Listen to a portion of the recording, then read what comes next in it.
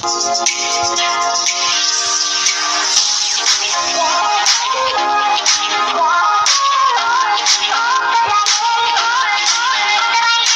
everyone, I'm Wenny, and for today's video, I'm going to share to you and discuss about the cry of Balintawak.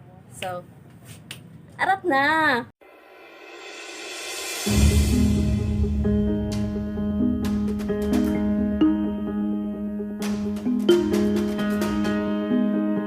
Noong ika-23 ng Agosto taong 1896, nagtipon-tipon ang 500 katipunero sa Pugad Lawin upang ipahayag ang kanilang paglaban sa pamahalaang Kastila.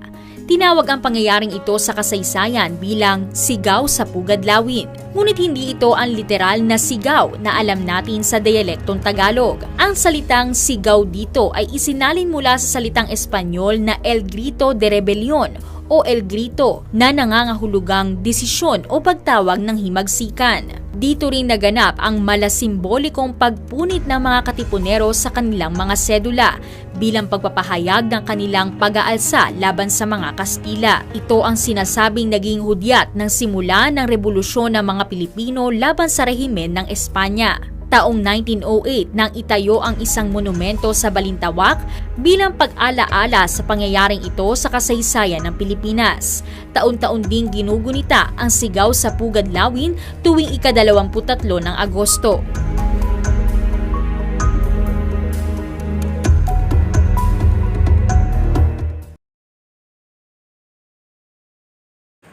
The first cry of revolution must be defined as the turning point when the Filipinos finally rejected Spanish colonial dominion over the Philippine Islands by formally constituting their own national government and by investing a set of leaders with authority to initiate and guide the revolution towards the establishment of sovereign nation. According to the account of Santiago Alvarez, it was on August 24, 1896 that the first cry takes place. However, account of Masangkay contradicted and stated that the first cry happened on August 26, 1896 at Balintawak, and this was used by the government to fix the date and place the first cry following the erection of monument of the heroes of 1896 in that place. In 1963, the National Historical Commission of the Philippines, upon extensive research of the primary sources, declared that the first cry of the Philippine Revolution happened on August 23, 1896 at Pugad Lawin. The official date and place of the first cry was largely based on the account of Pio Valenzuela, who was present during the event. He was the only one of the primary sources of the first cry of revolution, but he's also known for not having impeccable memory.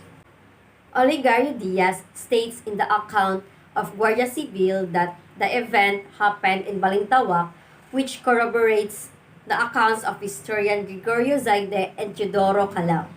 On the other hand, Teodoro Agoncillo based his account from that of Pio Valenzuela that emphasized Pugad Lawin as the place where the cry happened.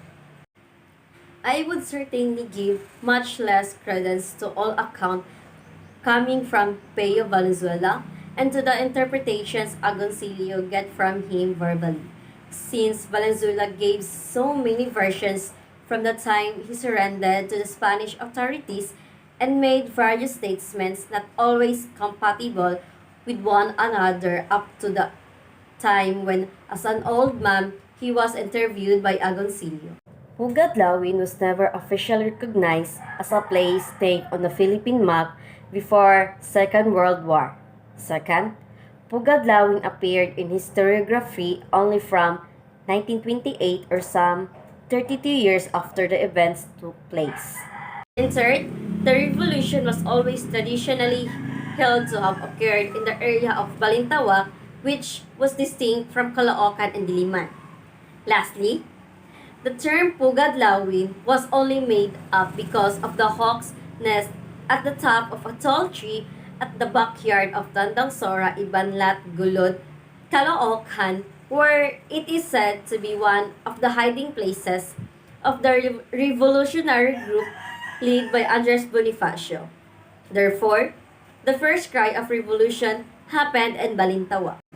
This is my choice of topic because the Philippine Revolution is one of the most important events in the country's history, awakening a proud sense of nationalism for generations of Filipino to come.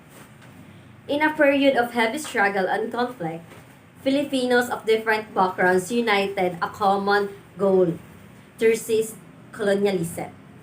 I have always been confused about where the first cry of revolution happened.